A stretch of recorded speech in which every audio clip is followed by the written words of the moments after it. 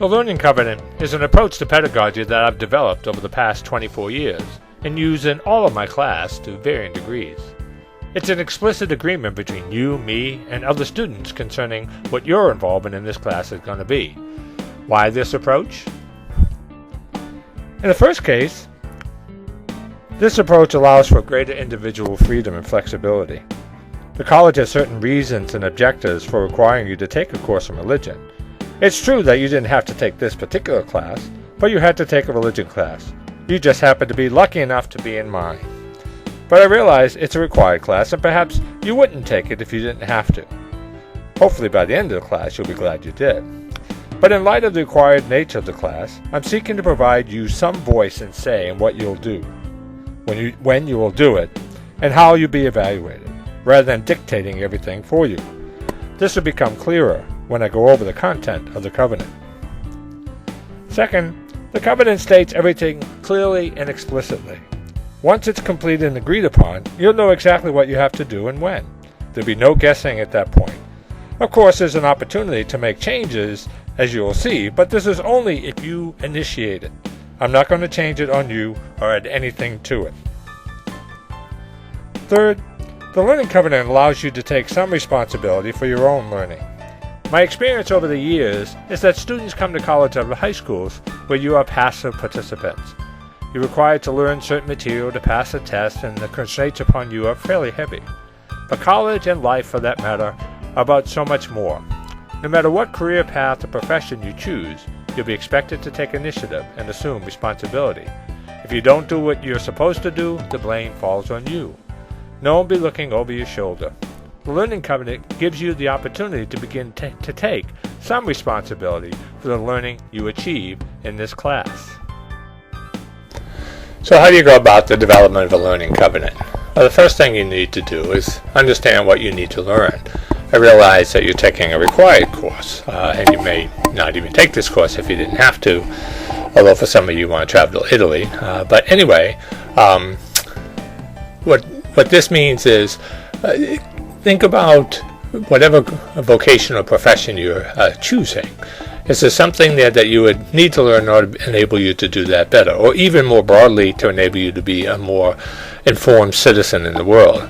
Well, one possibility may be you need to have a little clearer sense or a more critical acumen, and so being able to engage with ideas and stuff with a critical eye, not in the sense of negative critical, but developing in a more so you understand what's going on and have a clearer sense of that kind of analytical, critical way of looking at things.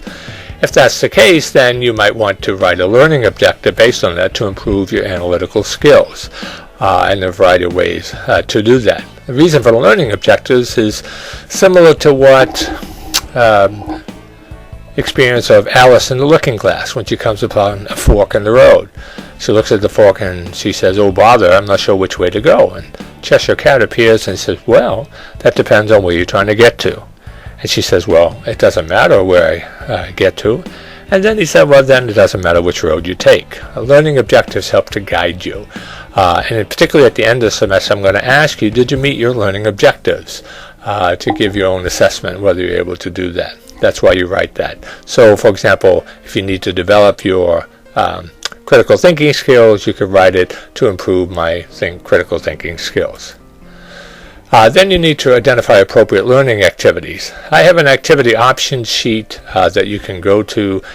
There's a whole list of activity options that are possible there that you can choose to meet your learning objectives.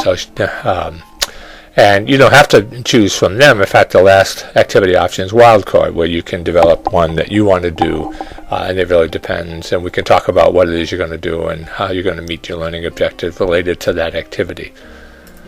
Next thing you need is to provide evidence. Each of the activity options that I give have evidence attached to them, a presentation, artwork, a paper, or whatever, something to demonstrate that you have actually done that activity in search of meeting the learning objective.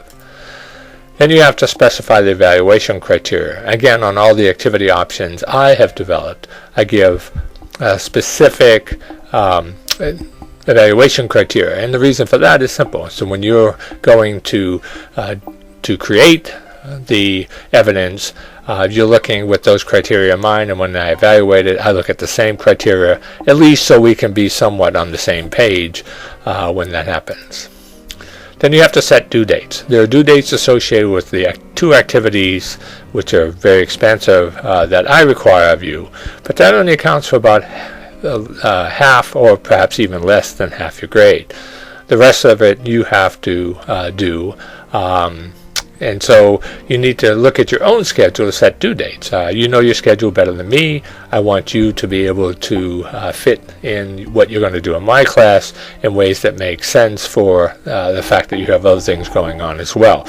These due dates are not set in stone, but in order to encourage you to take responsibility, if you want to change a due date, you just need to let me know ahead of time. If you let me know afterwards, I will penalize it. You can still change it, but there'll be a penalty attached. Then you need to determine the weight. The total for the course, if you got all the points, is 400 points. And if you look in the syllabus, you can see how what an A would be, a B, etc. And some activities, some weights are determined by the activity options. So, for example, a lecture opportunity only counts 50 points. You can count it for up to 100 if you did 2, but that's the way that it's working. You determine that based on how you want to set it out. What happens, though, if you had a weight attached to something? It could be worth, you said it's going to be worth 100 points, which the activity would allow. You don't do as well as you want. Are you stuck with that? The answer is no. You can change that to lower it, even zero it out, and substitute something else that can be equivalent to that amount of points in its place.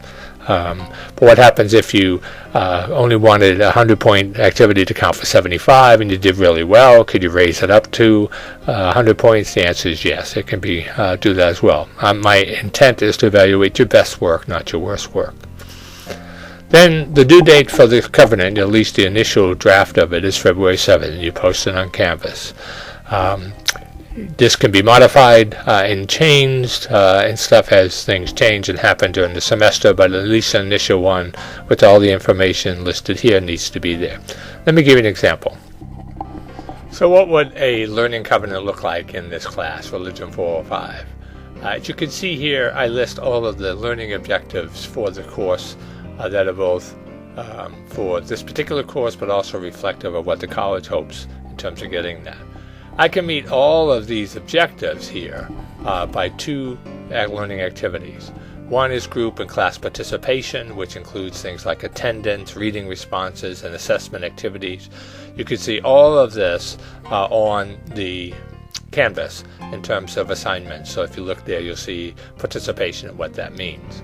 And this can count up to 100 points. You can count as little as 75, but nothing less than that because I want you to take it seriously. Class discussion and engagement is crucial to the learning process will take place here. The big project that also is here, which will be worth up to 200 points, with basically half your grade, or even higher, we can negotiate and talk about that. But anyway, it's the Social Justice Action Project. If you look on Canvas and click on the link there, it'll describe all the elements to that, which includes the first reflection paper about what is social justice right now to you, what project are you going to do, which issue, and a kind of annotated bibliography of materials. It'll also ask you to do presentation either as individual, pairs, or groups. You'll draft a final paper. If you're doing it in a group or pairs, you'll draft that paper. Everyone will do their own final aspect of that, and then the final paper, which is due at the end of the semester. And they have due dates associated with each of these to keep you on task, so to speak. But this will only count up to 300 points at maximum. You can count this for less if you want to, but no less than 100 points, and this would be adjusted. 150 points, and this would be adjusted. The remaining would be dependent upon what you do. And so if your learning objective is to develop your analytical skills, then one way you can do that is to attend 2 lectures. I write analyses of those lectures. The activity options, as I mentioned, in terms of evaluation criteria listed there. If you're comfortable with that, that's fine. Again, if you're going to change anything, we need to talk about what the changes in. You set the due dates for yourself, and of course one lecture can only count 50 points. If you do 2, it counts 100 points. So this is what the Learning Covenant Prospect is. And again, in this class, given the tremendous focus on the Social Justice Action Project, that will really count a good bit of your work, and so you may not need to do a great deal beyond. But again, these are things we can talk about in class. I wanted to give you some sense of what it is you'll be doing. Okay, talk to you later.